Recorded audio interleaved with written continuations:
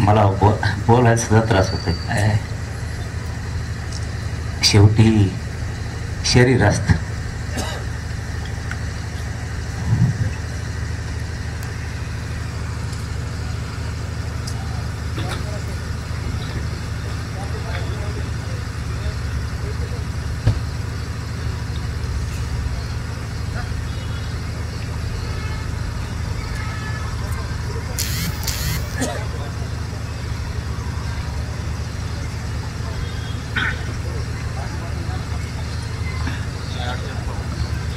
आदरणीय दादा, समाजासाठी आपण अवरात्र झटत आहात. समाज तुमच्यासाठी कुठपर्यंतही बसून राहणार आहे. समाजासाठी आपण जीवाच्या प्राणाची बाजी लावलेली आहे. दादांना थोडं या ठिकाणी अस्वस्थ वाटत आहे. आपण सर्वजण जोपर्यंत दादांना बरं वाटत नाही तोपर्यंत दादा आम्ही या ठिकाणी बसून राहणार आहोत. तुमच्या तोंडून दोन शब्द ऐकण्यासाठी. या उपोषणामुळे असं झालंय, समाजाशिवाय मला नाही जमत.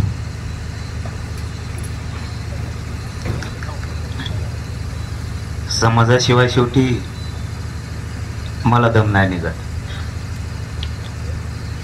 शेवटी समाजच आपल्यासाठी मोठा आहे. समाजाच्या लेकराचे किती हाल आहे हे नाही पाहत. म्हणून मला वाटलं की आपण गेलं पाहिजे, कारण हा बुद्धीची वर्ग कधी एकत्र येत नाही. ही पहिली घटना आहे की या समाजातले सगळा बुद्धिजीवी वर्ग एकत्र येतोय.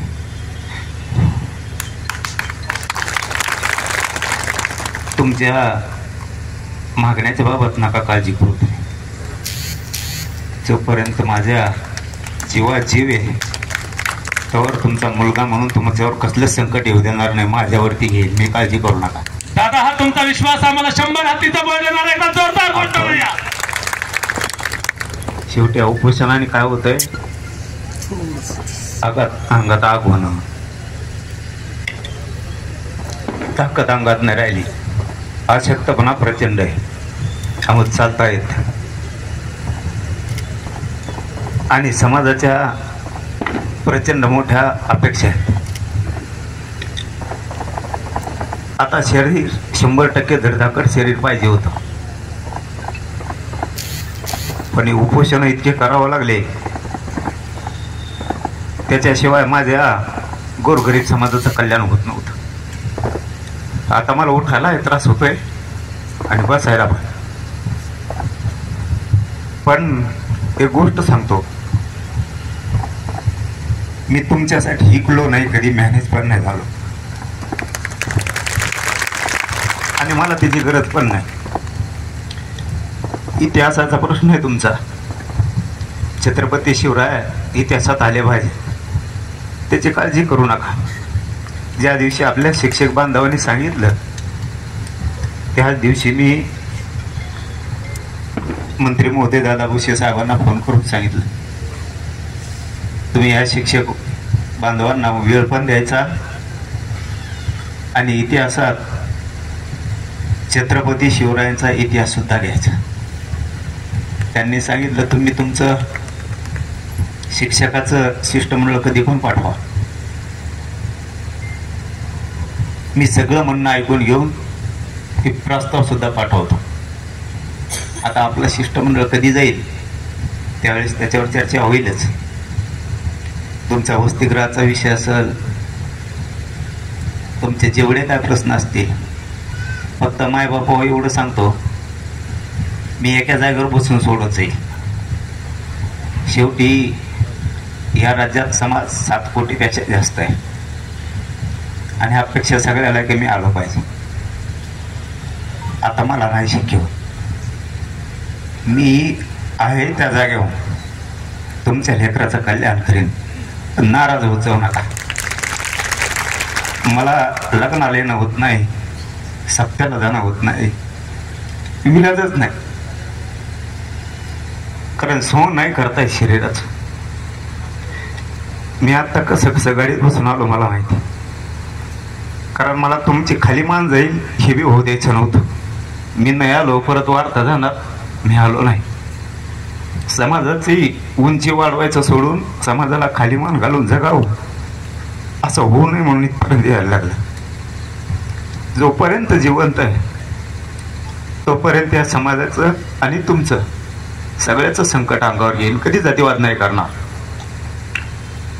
मी माझ्यापर्यंत आलेला प्रश्न मार्गी लावण्यासाठी ज्यावेळेस आंतरवाडीत लोक येतात त्यावेळेस मी मोकळ्या हाताने वापस जाऊ देत नाही. कोणी पण येऊ दे. आज सगळ्या जाती धर्माचे लोक आले होते.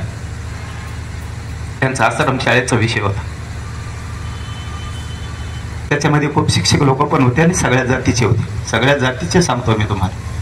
म्हणजे तिथं मराठा, दलित, मुस्लिम त्याही जातीचे होते, वंजारी, धनगर, सगळ्या जाती धर्माचे लोक आले होते. संजय शिरसाट साहेब मंत्री महोदयाला फोन करून सांगितलं सामाजिक न्याय विभागाकडे हा विषय येतो. आश्रम शाळेचा विषय, गोरगरिबांचे लेकरं त्या शाळेत शिकतायत आणि शिक्षकाला जर आत्महत्या घ्यायची वेळ येते अवघड होईल. शिरसाट साहेबांनी त्यांच्याशी 2 घंटे जवळपास चर्चा पण केली. त्यांनी मला येऊन पण सांगितलं. त्यांनी प्रस्ताव त्याबाबतचा वर द्यायचंही कबूल केलं. माहीत नाही तुम्हाला म्हणून आजची माहिती देतो. राहिला निधीचा विषय, ते अजितदादा पवार साहेबांकडे विषय येतो. त्यांची 2 तारखेपर्यंत त्यांना वेळ देतो म्हणून मी सांगितलं. मी हे बघा, तुम्ही नोकरी करताय, तुम्ही बुद्धिजीवी लोक आहेत. तुमच्या लेकरा बाळाच्या आयुष्याचा प्रश्न आहे आणि मी उभारीच यासाठी समाजाला घ्यायला लावतोय. तुम्ही तरी कमीत कमी जातीवाद करू नका. राजकीय जातीवाद म्हणतोय मी. तुम्ही तरी बुद्धिजीवी लोक, डॉक्टर असतील, शिक्षक असतील, वकील असतील, तुम्ही फक्त राजकारणात गुंतू नका. तुम्ही राजकारणात गुंतला की आमच्या गोरगरिबातल्या खेड्यातल्या पोरांचं जर शिकून उभारी घ्यायला जातो त्याचं कल्याण नाही होत. तुम्ही पक्षात नाही राहावं या मताचा नाही मी, पण तुम्हीच आमची पिढी घडविणारे लोक आहेत. तुम्हीच भरकटलेल्या तरुणाला, विद्यार्थ्याला मार्गावर चालायला लावणारे लोक आहेत. आम्ही फक्त निमित्त आहे. मी प्रामाणिकपणाने सांगतो, आमच्यासारखे लेकरं फक्त निमित्त म्हणून आहे, पण पिढ्या घडवणारे तुम्ही आहे.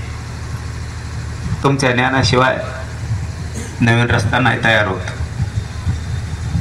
तुमच्या मार्गदर्शनाशिवाय विद्यार्थी, तरुण, भरकटलेले प्रगतीच्या मार्गावर नाही जाऊ शकत.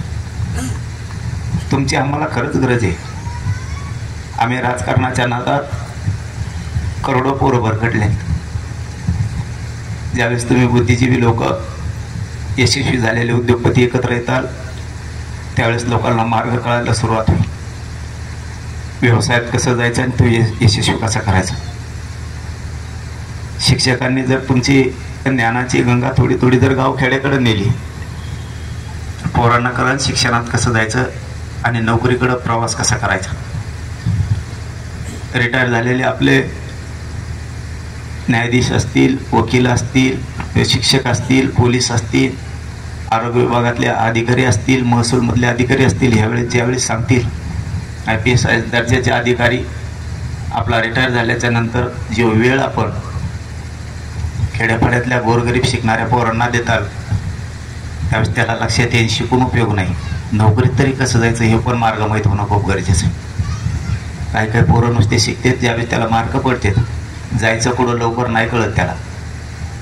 मग आपल्याजवळ जर ज्ञानानं भरलेले लोक असतील आणि तरी जर आपल्या लेकरांना माहिती मिळणार नसली तर हे सुद्धा शोकांतिक आहे. तुम्ही सगळ्यात महत्त्वाचे निर्भीडपणा. तुम्हाला शिकवण्या इतका शहाणा आम्ही अजिबात नाही. फक्त आमचा सुशिक्षित बेकार पोरांचा अनुभव तुमच्या पुढे आम्ही शेअर करायला लागलो. कारण तुम्ही पिढ्या घडविणारे लोक, तुम्हाला आम्ही काय सांगणार आहे. आम्हाला ज्या ज्या अडचणी संकटातून आम्ही गेलो ते तुमच्या पुढे फक्त मांडायला लागलो. काही काही पोरं शिकतात, त्याला मार्क लय पडतात, पण त्याला नंतर कळत नाही आपण सायन्स घेतलं पाहिजे का, कॉमर्स घेतलं पाहिजे का, आपण आर्टला गेलो पाहिजे. हे सगळं झाल्याच्या नंतरही डिग्री प्राप्त केल्यावर त्याच्यावरही त्याला कळत नाही आपण इंजिनिअरिंगला गेलो पाहिजे का, आपण MBBSला गेलो पाहिजे का, BHMSला गेलो पाहिजेत का, आपण कुठं आर्किटेक्टला गेलो पाहिजेत का, आपण फॅशन डिझायनिंग घेतली पाहिजे का, आपण काय केलं पाहिजे याच्याकडे जाण्याचा मार्ग लक्षात येत नाही. तुम्ही जर आधीच त्याच्यावरती शब्दाचे घाव जर देत राहिला त्यातून ते खूप सुधारणार. माझी तुमच्याकडून काही अपेक्षा नाही, मी कधी केले नाही, कधी करणार पण नाही. या समाजाला वरती न्यायचं हे स्वप्न घेऊन आलो आणि मरताना ते पूर्ण करून जाणार, तसं मारणार नाही. कधी तुम्हाला खाली मान घालून चालावं लागेल बुद्धिजीवी लोकांना, असं एक सुद्धा पाऊल नाही उचललं. या समाजासाठी आणि याला प्रगतीवर नेण्यासाठी, कधीच या समाजाला वरती नेण्यासाठी मी कधीच माझं पाऊल चुकीचं नाही पडू देणार. आणि मी माझ्या या 1.25 वर्षाच्या काळात पडवू नाही दिलं. शेवटी शरीराची झीज काय झाली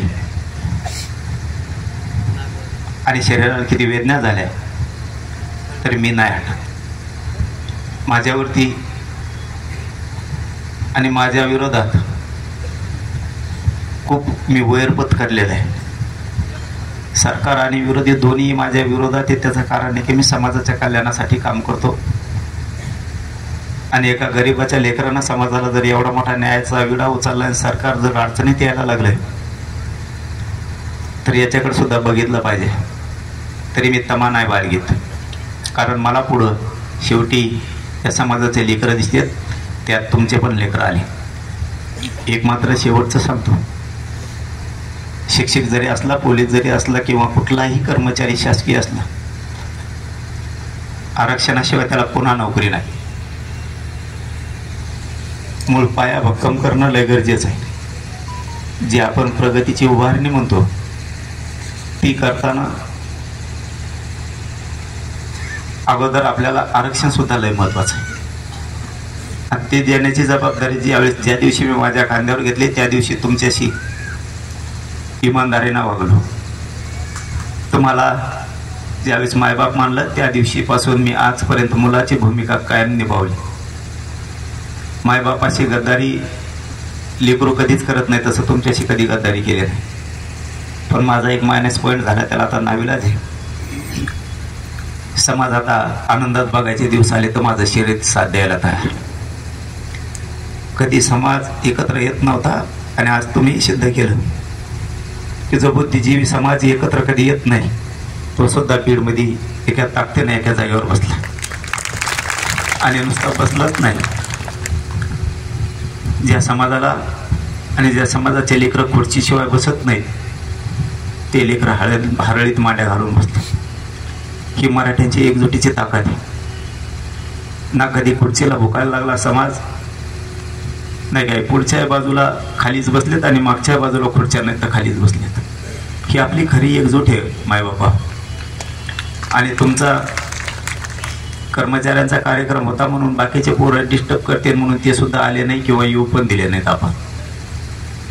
कारण आणखी नाही आपल्याला खूप लांबचा पल्ला गाठायचा.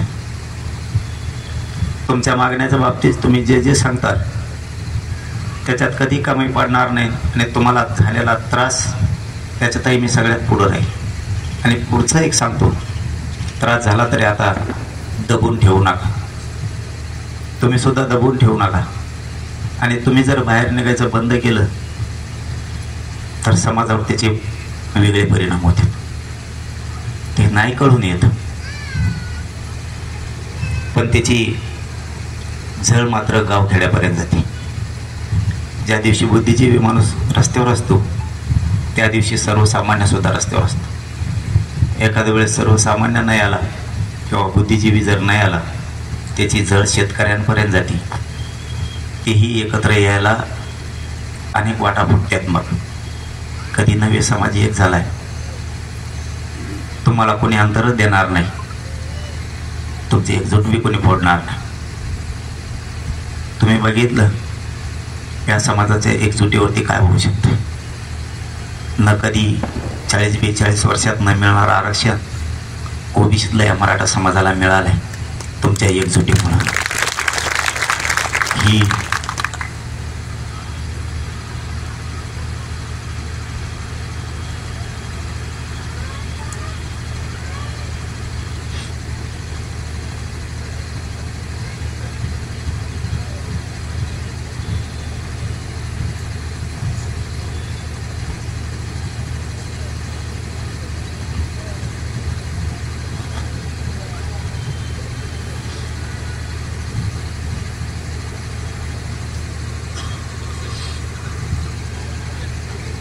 मला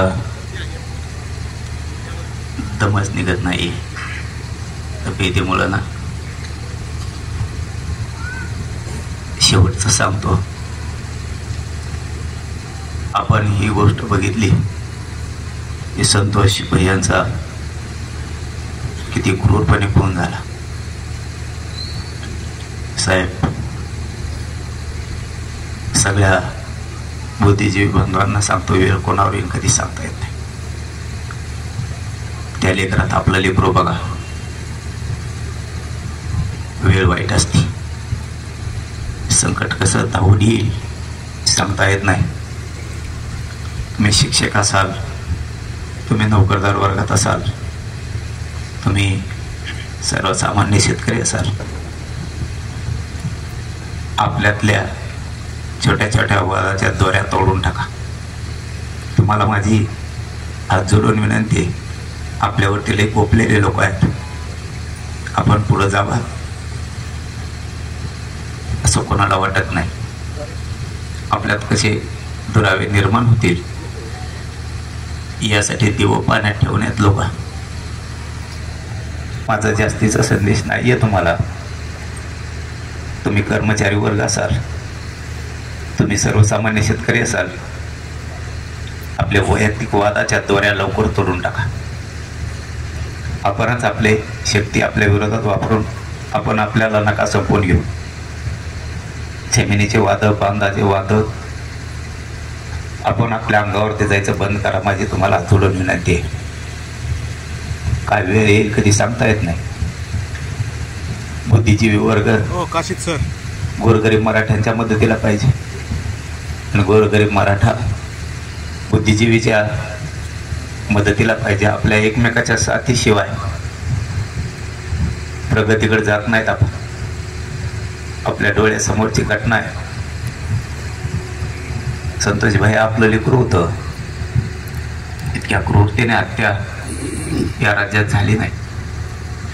गँगवार झाले, मारले माहीत नाही झाले, पण हाल हाल करून मारणारी ही पहिली घटना आहे. जसं जसं समोर येतं तसं तसं तळपायाची आग मस्तकात जाते. काय तो फोटो, एका फोटोवरून जर सगळं रात्र राज्य विचलित झालं. सगळ्यात त्यांचा भाऊ समोर बसला, आपल्याला बोलता येत नाही. ज्याची घालमेल त्याला माहीत असते. बेगडीपणानं काम करणाऱ्यांना याची जाणीव नसते. राजकीय स्वार्थासाठी दुसऱ्याच्या वेदनाची जाणीव नाही कळत. पण ज्याची खरी मनातली माणुसकी जिवंत असते ना, ज्याला आपले स्वतःचे लेकरं आणि दुसऱ्याचे लेकरं सारखे वाटतात ना, त्याला या वेदनेची जाणीव असते. गाडीला टेकून बसवलेला संतोषभाईचा फोटो हातात झालेला आहे. माणूस किती याचना करत असेल, किती भयंकर टाईम असणार आहे. साधी सोपी गोष्ट नाही आहे.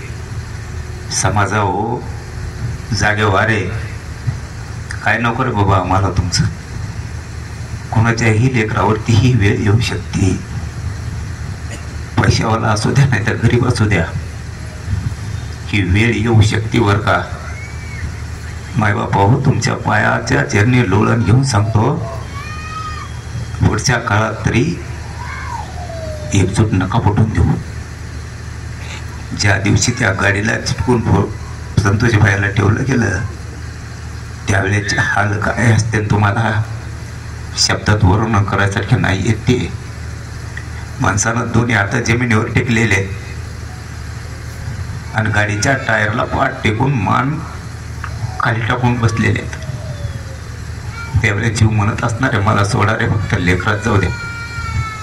काय तुम्हाला मारायचं ते मारले. हातात झालेला तो फोटो या राज्याला पुन्हा जिवंत करतोय. आणि तुम्ही जिवंत बना, मुरदाड बनू नका. तुम्ही सगळे बुद्धिजीवी लोक आहेत, तुम्ही मुरदाड नका बनू. तुमचा न्याय तुमच्या पायात येऊन पडन. बुद्धिजीवी लोकांच्या फक्त आपल्यातले भीती काढून टाका आणि समाजाच्या मदतीला सहकार्याला तुम्ही कायम धावून येत चला. भयंकर आहे ते. काय मार लागताना काय बोलले असतील एका ठोक्याला पूर्ण जग त्या माणसाला आठवत असेल. स्वतःच्या लेकराला फक्त एकदा छातीशी कवटळून बघा आणि विचार करा, संतोष भैया हे स्वतःचं लेकरू आहे. संतोष भैया स्वतःचं तुमचं लेकरू आहे, छातीला एकदा कवटाळून बघा, ते वेदना किती बेकार असतील. काय तेव्हा मार होता. आणि त्या गाडीला टेकल्याच्या नंतर संतोष भैयाचे दोन्ही हात जमिनीवरती आहे आणि त्यांची मान एका बाजूला पडलेली. याचा अर्थ असा निघतो की ते हातात झालेत मरणापुढं. आता त्यांना मरण समोर दिसायला लागलं. तेवढ्यात एकानं त्यांच्या छातीवरती उडी मारावी, रक्ताची गुळणी बाहेर पडावी. याच्यापेक्षा दुसरं मरण एवढं काय केलं होतं त्या लेकरानं? त्या लेकरानं एवढं काय केलं होतं? मायबाप तुमच्या पुन्हा पुन्हा तुमच्या पायावर मी नाक घासतो. मी हे शब्द कधी काढत नाही, पण ही वेळ कोणाच्याही घरावरती येऊ नये. इथून पुढच्या काळात तरी स्वतःच्या लेकरा, या राज्यातल्या समाजाचे लेकरा बघा आणि धावून यायचं. आम्ही तुमच्या पुढे 4 पावलं रात जाऊ आणि जर आपण दोघं एकमेकाच्या मदतीला आलो तर आपल्या लेकराचा कोणी केसही वाकडा करू शकणार नाही, हे लक्षात असू द्या. हा समाज आता एक झालेला आहे आणि सगळ्याचा बाप सुद्धा आहे. फक्त आता तुम्हाला मला दोघांना एकमेकाची शक्ती आणि तिची जाणीव करून घेणं लय गरजेचं आहे. आज एका गोष्टीचं वाईट वाटतं. आजही संतोष भैयाच्या प्रकरणात जे व्हायला पाहिजे होतं ते झालं नाही. पण जोपर्यंत तुम्ही आणि आम्ही एक आहेत तोपर्यंत हे फाशीवरच तुम्हाला लटकलेली दिसतील. मी कधीच या मॅटरमधून मागं सरकणार नाही आणि कोणाच्याच सरकणार नाही. मी जे जे मॅटर हातात घेतो ते कडेला नेतो.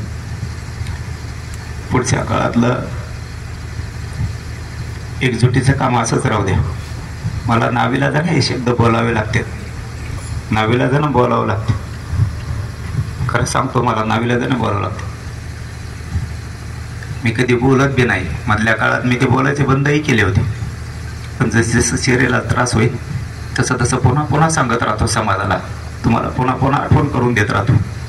मी असेल नसेल, आता माझ्या समाजाची एकजूट तुटून द्यायची नाही, ही तुमच्या खांद्यावर जबाबदारी. माझा समाज कधी उदास नाही वाटला पाहिजे. माझ्या समाजाला कधी वाटलं नाही पाहिजे आमचा पाठीराखा कोणी नाही. पुढच्या काळात तुम्हाला सुद्धा पाठीराखा बनायचं. या समाजाच्या पाठीशी तुम्हालाही उभं राहायचं. मी ह्या फळ्या आता जोडायला सुरुवात केली. मराठा सेवकाच्या फळ्या सुरू झाल्यात. तुमच्यासाठीच, तुमचा हक्काचा माणूस म्हणून, तुमच्यासाठीच एक आधार म्हणून मी प्रत्येक गावात माणसं उभा करून ठेवायला. तुम्हाला कधी एकटेपण वाटलं नाही पाहिजे की आपल्या मदतीला कोणी नाही. म्हणून प्रत्येक गावात एक एक माणूस देऊन गावाच्या गोरगरिबांच्या, शिक्षकांच्या, सगळ्या अधिकाऱ्यांच्या अडचणी आपल्यापर्यंत आल्या पाहिजेत आणि ते सोडवण्याचं काम आपण केलं पाहिजे. म्हणून प्रत्येक गावात एक मराठा सेवक द्यायचं काम सुरू केलं. मी हे 6-7 टप्प्यात पूर्ण राज्य तुमच्यासाठीच उभा करून ठेवणार आहे. फक्त मला पिढीनं पारचं करायचं, मला तात्पुरतं नाही करायचं. जसं तुमच्या लेकराला आयुष्याचं आरक्षण दिलं, पिढ्यांना पारचं आहे ते तात्पुरता आनंद नाही आहे आणि तुम्हाला तो कळतो. आमच्यापेक्षा जास्त तुम्हाला बुद्धिजीवी लोकांना जास्त कळतो आरक्षण म्हणजे काय चीज आहे. आता बढत्या पण मिळतील, नोकऱ्या पण मिळतील आणि उच्च शिक्षण पण मिळतील. आपल्या बढत्या पण होत नव्हत्या. ते मला पिढ्याचं पारचं ते दिलं. पिढ्यांना पारचं आता आपल्या लोकांना व्यवसाय सुद्धा द्यायच्यात. आपण तात्पुरतं नाही द्यायचं. उभारणी करून ठेवली तर पक्ष आणि संघटना म्हणून नाही करायची, तर समाज म्हणून तुम्हाला कायमचा आधार, तुम्हाला कायमचा पिढ्यांना पारचं टिकत अशा स्वरूपाची ती करायला. या राज्यातले आजी माजी, डॉक्टर, शिक्षक, वकील हे सुद्धा जवळपास 10 ते 20 हजार लोकांचे राज्यभरातले टीम आपण दुसऱ्या टप्प्यात उभा करायला लागलो, ती एकमेकांसाठीच. त्याच्यात सगळा वर्ग आला. मग आपण व्यावसायिकांपासून सगळ्या टीमा, शेतकरी वर्गांपासून सगळ्या करायला. आणि ज्या दिवशी बुद्धिजीवी आणि कष्ट करणारा शेतकरी मराठा एकत्र येईल ना, त्या दिवशी प्रगतीचा झेंडा फडकलेला दिसणार आहे. हे दोघं एकत्र येणं खूप गरजेचं आहे. यशस्वी उद्योगापासून तर सगळे कर्मचारी, सगळ्या क्षेत्रातले आणि मराठ्यांचा शेतकरी वर्ग ज्या दिवशी बुद्धिजीवीची आणि कष्टानं मेहनत करणाऱ्या वर्गाची एकजूट होईल ना, त्या दिवशी प्रगतीकडे आपण जाणार आहे. पण हे पिढ्यांना पारचं उभा करायचं, आणि ते उभा करण्यासाठी खरंच आज तुमचं कौतुक आहे. शिक्षक वर्ग म्हणण्यापेक्षा नोकरदार कर्मचारी वर्ग बाहेर पडत नाही, आणि तो आज बीडच्या माध्यमातून बाहेर पडला आहे. कारण हे राज्यभर आपण आता असं उभा करत राहणार आहे. तुम्हाला थोड्याच दिवसात मराठ्यांचे 10-20 लाख कर्मचारी एका छताखाली दिसतील. राजकारण नाही. तुम्हाला आज आकडा नको सांगायला, आता सांगत नाही मी. तो 3-4 फळ्यात हे खूप मोठं काम उभं करणार आहेत आपण. राजकारणाच्या पलीकडचं हे उभा करून या समाजाला आपला तर आता उपयोग नाही, पण आपल्याला पुढच्या पिढ्यांसाठी उभा करायसाठी राहिलेला वेळ आणि राहिलेले वर्ष आपल्याला पुढच्या पिढीसाठी द्यायचे. तर आपण सुधारावं म्हणून नाही, आपण सुधारावं म्हणून जर आपण काम करायला लागलो, आपण पुढची पिढी सुधारू शकत नाहीत. मलाच उदाहरणार्थ माझ्यानंच सांगतो, मला जर नाद लागला मी सुधारण्याचा, तर मी पुढची पिढी नाही सुधारू शकत. आता पुढचं आयुष्य राहिलेलं माझं आणि उदाहरणार्थ तुमचं, हे जर आपण पुढच्या पिढीसाठी खर्च केलं, आपण पुढच्या पिढ्या आनंदात करून जाणार आहे. तुम्ही आणि मी सुधारायचं म्हणलं तर आपण पुढची पिढी सुधारू शकत नाही. आपणच सुधरू, ऐशाराम करू. पुढची पिढी आपण आपल्या हातानं बरबाद केलेली असणार. शेवटचं मोलाचं सामान जातं जे माझ्याकडे तेवढं. तुमच्यासाठी माझ्याजवळ जेवढं आहे तेवढं शेवटचं सांगतो. तुमच्यासाठी माझं फक्त बळ लागणार आहे. तुमच्यासाठी माझ्याकडून जेवढं बळ लागणार आहे आणि जे माझ्याजवळ आहे ते मी तुम्हाला द्यायला तयार आहे. माझं बळ द्यायला मी कुठंच तुम्हाला कमी पडणार नाही.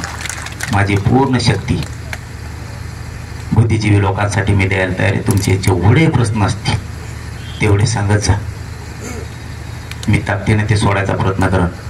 पण इथून पुढं तुम्ही सुप्त लाट जे म्हणतात ते राज्यभर तुम्ही पसरायला आता सुरुवात करा. रणांगणात, त्या मैदानात, त्या रणांगणामध्ये तलवार घेऊन लढणाऱ्यापेक्षा त्या मैदानात पसरलेला, आधी माहिती गोळा करून आणलेला, तलवार घेऊन जाणाऱ्याला यशस्वी करून देतो. तुम्ही ते बना, तुम्ही ते बना. तुम्ही त्या मैदानात, त्या लढाईच्या मैदानात, त्या रणांगणात तुम्ही पसरून जा. ज्या दिवशी तुम्ही पसरतात त्या दिवशी या समाजावरच्या दारिद्र्याचं सगळं कवच मोडून पडणार आहे. तलवार घेऊन जाणाऱ्याला किंमत नाही, अगोदर रेकी करून येणाऱ्याला लय किंमत आहे. तुम्ही ते बना. तुम्ही समाजाचं कवच बना. समाजाच्या पोरं प्रगतीकडे न्यायचे, त्यांना ज्ञान द्यायचं काम तुम्ही करा. आम्ही सुशिक्षित बेकार पोरं 1 करोड आहेत, लाखोत आहेत, शेतकरी आहेत. आम्ही बाकीची भिस्त आम्ही सांभाळतो. एक बाजू सगळ्याला सांभाळता येत नाही. एक बाजू तुम्ही सांभाळा, एक बाजू आम्ही सांभाळतो. समाज कसा प्रगतीकडे जात नाही हे आपण दाखवून देऊ. जसे लोक म्हणत होते मराठी एक होत नाही आणि आरक्षण मिळणार नाही, तसं मी आणि तुम्ही आपण मिळून दाखवून देऊ. समाज एक पण येतो, प्रगतीकडे पण जातो. आणि ज्या कर्मचारी वर्गांच्या संस्था आहेत, टीमा आहेत, ह्या एकत्र येत नाहीत, त्याही आपण मोठ्या प्रमाणात एकत्र आणून दाखवू. हे नवीन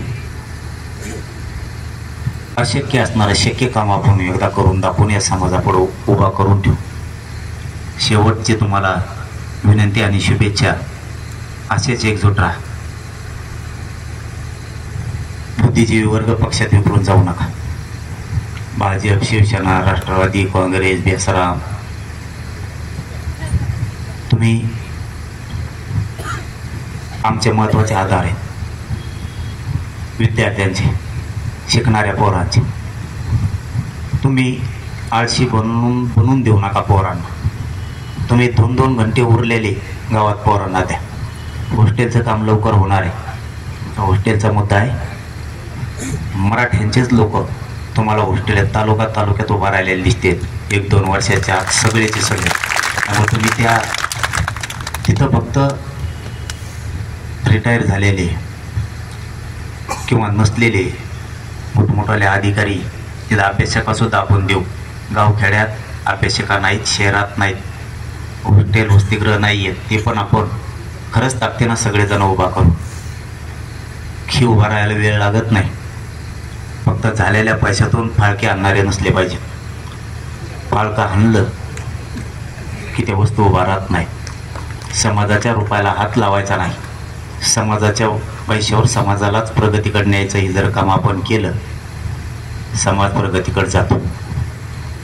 तुमचा महत्त्वाचा मूळ मुद्दा तुमचे जेवढे ठराव आहे त्या ठरावावर ताकदीनं काम करून देऊन तुमच्या प्रत्येक विभागाला बैठका लावून देतो. तो माझा शब्द आहे तुम्हाला. आणि पुढच्या अडचणीसाठी, समाजाच्या लेकराच्या अडचणी दूर होण्यासाठी तुम्ही ही ताकद राज्यभर वाढवा. मीही त्या क्षेत्रात काम करतोय. आता पाठीमागं 22 तालुक्याची आपण बैठक घेतली मराठा सेवकांची. 48 ते जवळपास 56 तालुके नुसते मराठवाड्यातच, कमी जास्त होईल 1-2 आकडा. 76 तालुके आणि 48 मला वाटतं मतदारसंघ आहे. ते मधलं येड लागलेलं निघाणं डोक्यातून आणखी. त्याच्यामुळं आत्ताशी 22 तालुक्याचीच पहिली बैठक झाली तरी मंगल कार्यालयात बसायला जागा नव्हती. एक मराठा सेवक होता. आणखीन 288 मतदारसंघ, त्याच्यात असणारे तालुके 400-500 तरी असतील, 400 तरी असतील, 300-350 तरी इथपर्यंत आणखीन जाणार आहे. तीही बांधणी करतोय. आपल्या काही मोठमोठ्या दर्जाच्या अधिकाऱ्यांचं म्हणणं आहे, ते सांगायचं नव्हतं पण आता सांगतो. मला नाही निघत दम आणि तुम्ही दिलं पेटून मला. आता त्यांचंच म्हणणं आहे आम्हाला काम करायचं. आणि आम्ही जवळपास सगळ्या क्षेत्रातले मिळून, सगळ्या क्षेत्रातले म्हणतो 20,000पेक्षा जास्त आकडा आमचा आहे असं त्यांचं म्हणणं आहे. मग ते दिल्लीपासून ते महाराष्ट्रातले उच्च सर्वश्रेष्ठ ज्ञानाने असणारे लोक आहेत. त्यांनी काही गोष्टी मला शिकल्यात हळूहळू. त्यामुळं मी थोडी भाषा बदलली, कळत असेल तुम्हाला. नाही तर आत्तापर्यंत 5-50 घोडे तरी लावले असते. थोडंसं मग मी तुमचं बी बुद्धिजीवीचं ऐकतो नाही असं नाही. आणि मी मग सरकत कवा त्याचे बी काही कारणं असतात. तुमच्या घरात तुमच्या भावानं, तुमच्या लेकरानं एखादं काम नाही सांगितल्यावर, नाही ऐकल्यावर तुम्हाला पण राग येतो. तसं मग मी ह्या समाजाचं लेकरू आहे. माझा समाज इतक्या दिवसापासून आरक्षण मागतोय आणि तुम्ही देत नाहीत. मग मी एखाद्यावर सरकती, एवढंच प्रॉब्लेम आहे. पण तुमच्याच हितासाठी सरकती मी, माझ्या हितासाठी नाही. मी जिवंत आहे तोवर बेमान रक्त होऊ देणार नाही. 1 रुपयाला सुद्धा हात लावणार नाही. भेसळ रक्त माझं कधीच होऊ देणार. प्रगतीकडे जायचंय, फक्त तुम्ही मेहनत घ्या. इथून मागाई घेतात पण इथून पुढं वेगळी घ्यायची आणि मायामान्याने घ्यायची. थोडी मायामान्याने म्हणजे तुम्ही समजा नाही टिकायचे तितकं, पण टिकायचं नाही म्हणजे याचा अर्थ का तुमच्या अंगात ताकद नाही, मग लयच अवघड आहे, त्याच्यामुळे टिकणार नाही. माझ्या गाडीत एकदा बसलं की मी ठेप्याला दुसरं उतरून देत नाही आणि खाली बसवून देत नाही, भाकर खाऊन देत नाही आणि त्याला मोताला जाता येत नाही. त्यामुळे ते कदर ते माझ्या संगत आवाज. इतकी मेहनत तुम्ही नाही घेणार. म्हणजे मी झपाटलेलो आहे, मला येड लागलेलं आहे मराठ्यांना मोठं करायचं. तुम्हाला पण लागलं आहे. पण आता तुम्ही काय नोकरी सोडून देऊन पळू शकत नाही. आणि तुम्ही नोकऱ्या सोडल्यावर आमचा देवारा झाला. त्यामुळे आम्हाला तिथलेही लोक आमचे कमी होऊ द्यायचे नाही, पण प्रगतीकडे पण न्यायचे. प्रगतीकडे पण न्यायचे. मी रातपाट एक करतो.